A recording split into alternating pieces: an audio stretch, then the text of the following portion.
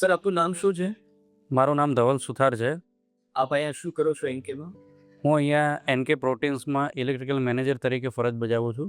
સૌથી પહેલા નિલેશ સરને ક્યારે મળવાનું થયું હતું? એ કયો પ્રસંગ હતો કે જેમાં નિલેશ સર સાથે તમારે મળવાનું થયું, વાતચીત થઈ?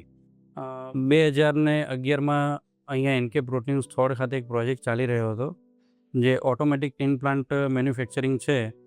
એમાં નિલેશ સર આવેલા હતા અને એ દરમિયાન મારે ફર્સ્ટ ટાઈમ સાહેબને મળવાનું થયેલું હતું.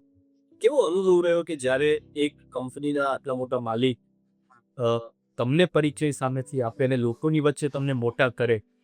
એ ધારક તો તમને પણ પૂછી શકતા હતા ને ધવલ તમારો પરિચય આપો, પણ એમને તમારો પરિચય બીજાને કરાવો. ના, બહુ સારું લાગ્યું કે આટલી મોટી ફેક્ટરીના માલિક જે છે એ આપણને એક શું કહેવાય કે નાના લેવલમાં હતો ત્યારથી મને ઓળખે છે, એટલે મને બહુ સારું લાગ્યું એ ટાઈમે. નિલેશ સર સાથે એવા બીજા કયા પ્રસંગો જોડાયેલા છે કે જે તમે જીવનમાં ક્યારેય નહીં ભૂલે? જેમ કે ઉદાહરણ તરીકે નિલેશ સરને કોઈ કામ કરવાની પદ્ધતિ તમારા ધ્યાનમાં આવી હોય, અથવા નિલેશ સર જે સ્પીડથી કામ કરતા હતા અથવા આઉટ ઓફ ધ બોક્સ વિચારતા. ઉદાહરણ તરીકે તમે ઇલેક્ટ્રિક ડિપાર્ટમેન્ટ આપી જતા હતા, તો બની શકે કે દરેક વ્યક્તિના આ વિષયમાં ખ્યાલ ના હોય, પણ નિલેશ સરના બીજા અનુભવના આધારે અમને એ પણ ખબર છે કે એ પ્રકારના વિષયમાં પણ ડીપમાં જતા. કે માની લો ડાયરેક્ટ એમનો વિષય નથી, પણ એમની પાસે નોલેજ એવું રહેતું. ક્યારેક તમને એવા સજેશન એમણે આપ્યા, તમને એવું થાય કે આ તો એમનો વિષય નથી, તેમ છતાં એમને કેમ ખબર? આવા કોઈ પ્રસંગ ખરા? હા, ફર્સ્ટ ઓફ ઓલ તો જ્યારે મારું ઇન્ટ્રોડક્શન થયું 2011માં, એ પછી ધીમે ધીમે નિલેશ સર મને કોન્ટેક્ટ કરવા લાગ્યા અને એમને ખ્યાલ આવ્યો કે ભાઈ ઇલેક્ટ્રિકલ ડિપાર્ટમેન્ટમાં કઈ રીતે ચાલે છે, શું વર્કિંગ છે, બરાબર છે.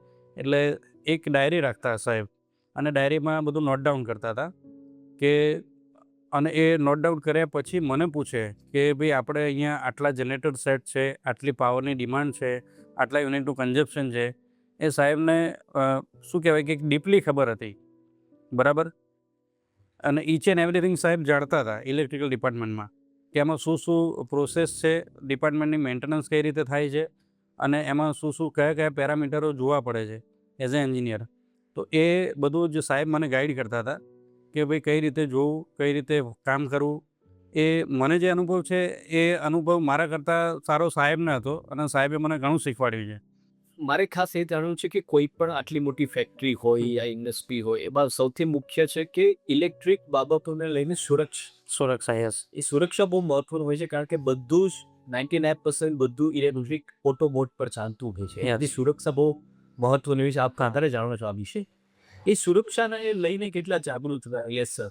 સુરક્ષામાં તો શું છે કે અમે કોઈ પણ સાહેબને સજેશન આપીએ કે સર ઇલેક્ટ્રિકલ ડિપાર્ટમેન્ટમાં આ વસ્તુ અમારે નીડ છે, કરવા જેવી છે, તો એ એવું કહેતા કે આંખ બંધ કરીને તમારે કોઈને પૂછવાની જરૂર નથી.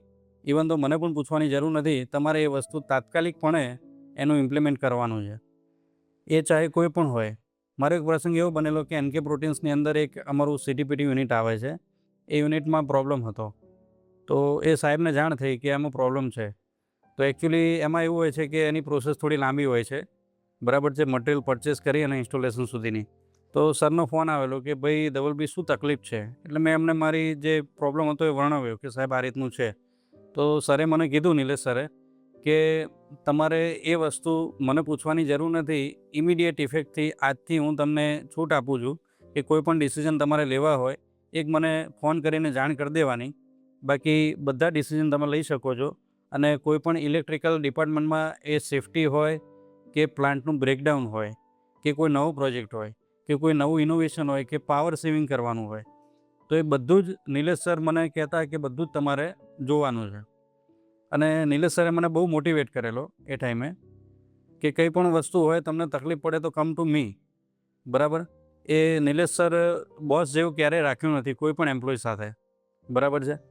કોઈ પણ એમ્પ્લોયને નિલેશ સરની જરૂર હોય ગમે ત્યારે અડધી રાત્રે નિલેશ સરને ફોન કરી શકતા હતા. આપણે બધાને ખોટ પડી છે. ખોટ પડી છે, હા, યસ. પણ જ્યારે પણ તમે આ બધા પ્રસંગો યાદ કરતા હશો, કેવી રીતે સરને યાદ કરશો? બસ સરને એવી રીતે યાદ કરી છે કે હવે માણસ ગયા પછી પાછા નથી આવતા, પણ ભગવાન કોઈ એક ચાન્સ આપે, એક વિશ અમારી પૂરી કરે, તો અમારે એવી ઈચ્છા છે કે નિલેશ સરને અહીંયા પાછા અમારી સાથે આવે અને અમે એમની સાથે કામ કરીએ એવી ઈચ્છા છે.